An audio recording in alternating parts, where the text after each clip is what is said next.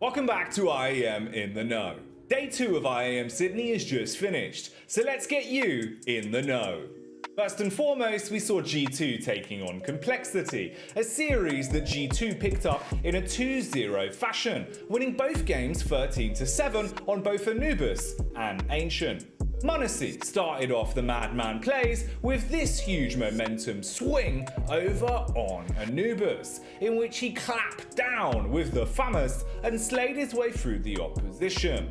Then Hunter was able to pick up the spotlight as he came out with this flank, bypassing both of the CTs coming in for a retake and pulling off a nice maneuver to shut down the round with a 1v2 that secured a big one for G2. But if we're talking about big plays, none were larger in prowess than this. Nico, with some absolute shenanigans, was dealing death and dance moves, hitting a 360 no-scope with the AWP over on a B site to blow away the competition. Miraculous scenes on this one. In the end, Complexity were knocked into the lower bracket and G2 advanced into the arena playoffs. Next on the docket was MONTE going up against the hometown heroes that remain in the tournament, being GRAYHOUND. Unfortunately for the Aussie boys, this was another 2-0 affair, with both maps being picked up in favour of MONTE. The first quite dominant. Over on Nuke, it was a 13-5 shutdown, with SDY pulling out some shenanigans,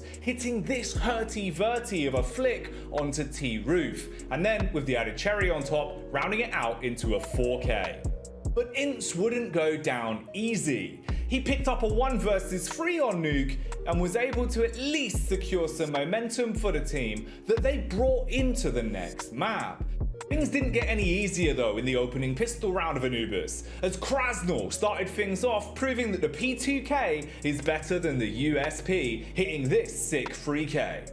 As unfortunate that it was that GRAYHOUND lost the series, Alistair still had some hometown magic as he got another ace at IAM Sydney, bringing us up to a total of 6 over the event so far. And this ace had some great shots in it as well. Good positioning, smart reads and some unbelievable flicks. But if you're thinking surely the aces end there, they absolutely don't. Bro, in the last round of the map, was able to find 5 frags with his P90. Yes, you heard me right, the P90. Meaning that MONTE now move on to the lower bracket semi-final, and GRAYHOUND have been eliminated 13th to 16th.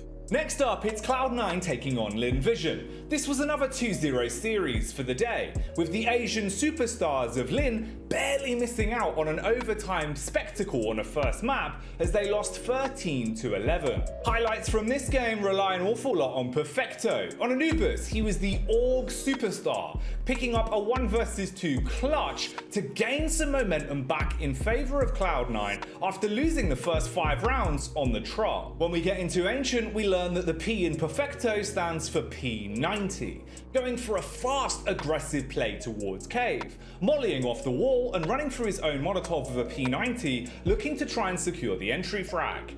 Unsuccessful in his efforts, but a nice play nonetheless. Finally, we saw more P2K highlights as Starry hit some big shots, but it was not enough to get it over the finish line. LYNN Vision fell short and exited stage left of the tournament, being knocked out of IAM Sydney 13th to 16th. However, Cloud9 move on and get into the lower bracket semi-final. After that, it was all on ENCE versus FNATIC, a 2-1 series, this one having some real legs on it. Roy started things off smiling to success as he always does over on Anubis, picking up a huge spray down as he ripped his way through some opponents in the smoke and shut down 2 players close towards Con to round out a nice round. Talking of beautiful rounds though, you've got to give it to the merry man himself. Mezzi found this 3K to tie up the game 10 rounds a pop on Vertigo. Overall star performers for the series, it's gotta be Madden. The guy was sporting a 1.67 rating, 23-18 in his KD over the course of Vertigo.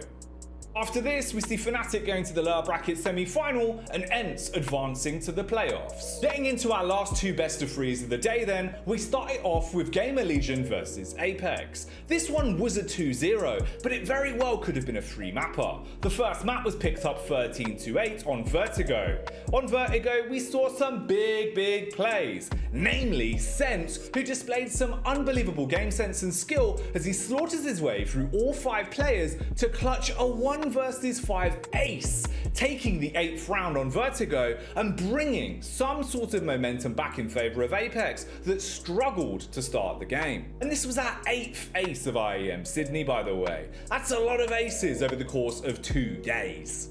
Moving into Overpass, it was a bit of a different story though. This one was a 13-11 split, where Snacks was a bit overzealous when it comes to clearing his smokes. We've seen pro players really utilising the HE smoke mechanic far more than I thought it would be brought into professional play in CS2, but Snacks clearly bit the bullet a little bit too literally on this one, dealing 40 damage to his teammate in Vault. Thankfully, they did still clutch out the round and went on to close down the game, all really because of Kios's final flank. This huge play was a nice 2k that closed it down and meant they got the 2-0 in the series, advancing to the lower bracket semi, with APEKS being eliminated in 9th-12th. And finally, we arrive at the promised land, FAZE versus NAVI, a game that by name should be set to be a banger. Of course, we have Blade subbing in for Simple, who was unavailable at IEM Sydney this time around. Blade did play a great tournament though. Up to this point, the team has even taken map wins off of Mouse, a strong squad nonetheless. In this series versus FaZe, we went the whole distance, ending at a 2-1 scoreline, 13-7 on Overpass, 4-13 on Mirage, and then finally 13-7 on Inferno.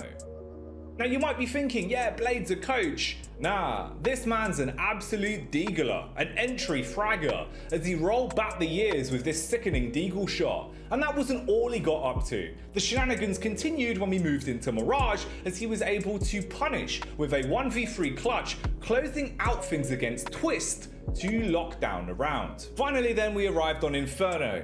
This was a map where FaZe realised they couldn't afford to let the series slip after letting things fall through their fingertips on a second map in the series. They took both pistols on Inferno and overall looked a lot more drilled, playing the classical sort of Counter-Strike you'd expect to see. They went on to win the series, eliminating NAVI from the event, meaning that FaZe Clan will move on to the lower bracket semi-final to play Gamer Legion.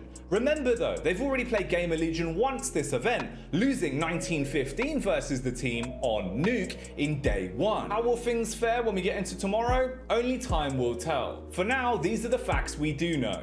With 10 teams remaining at IEM Sydney, there's only 2 more spots up for grabs for the arena playoffs, so it's about to get a whole lot more fierce. But that's it for your day 2 recap.